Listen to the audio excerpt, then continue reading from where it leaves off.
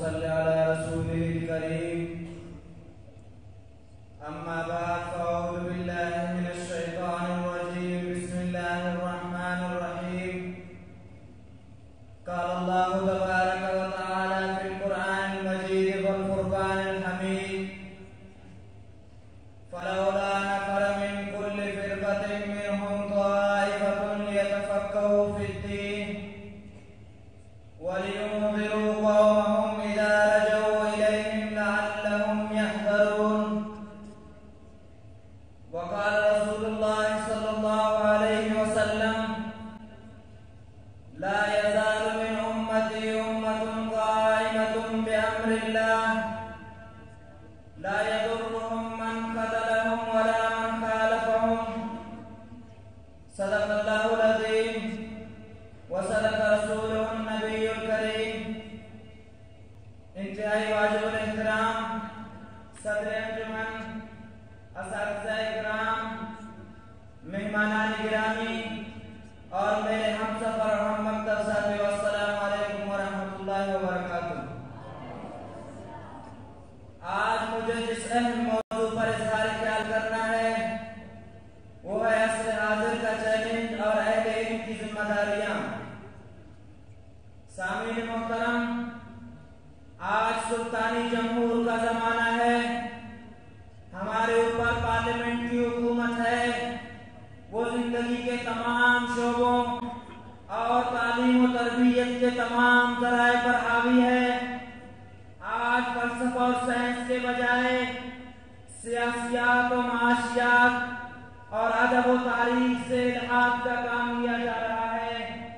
ہمیں پوری صورتحال کا وسیع النظری، وسیع القلبی اور حقیقت پسندی کے ساتھ جائزہ لینا چاہیے اور یہ دیکھنا چاہیے کہ ہمیں زندگی کے عملی میدان میں اترنے، اسلامی دعوت دینے اور شریعت اسلامیہ کی حفاظت کا مقدس فریضہ اپنے ذمہ لینے سے پہلے کیا کیا تیاریاں کرنی چاہیے۔ آج عالم کفر نے جمہوریت کا نعرہ لگا کر امت کو ٹکڑے ٹکڑے کر دیا۔ وہ مسلمان جس کا ہاتھ کافر کی گردن پر پڑتا تھا آج وہ اپنے بھائی پر اٹھنے لگا ہے۔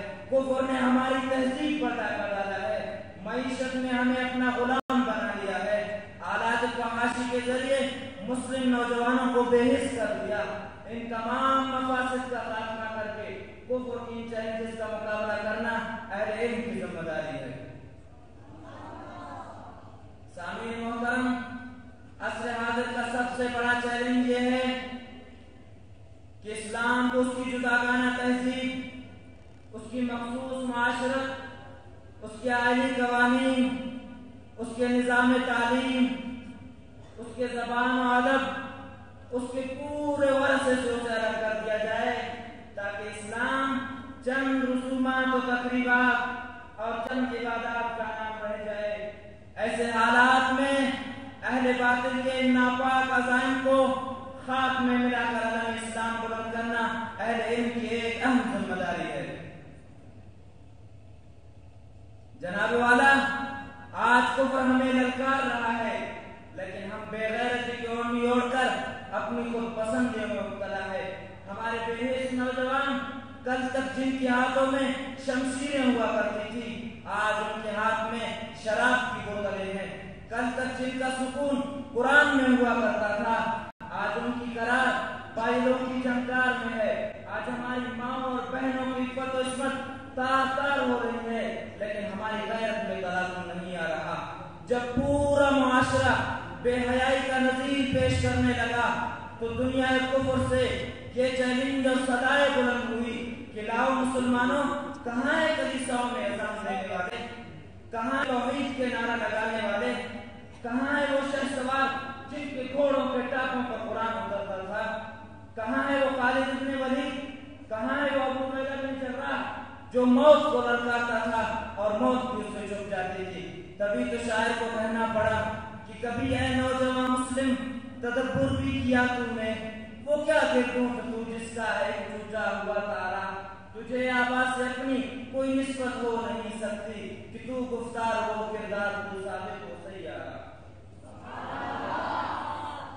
سامعین محترم، اس بات کا انکار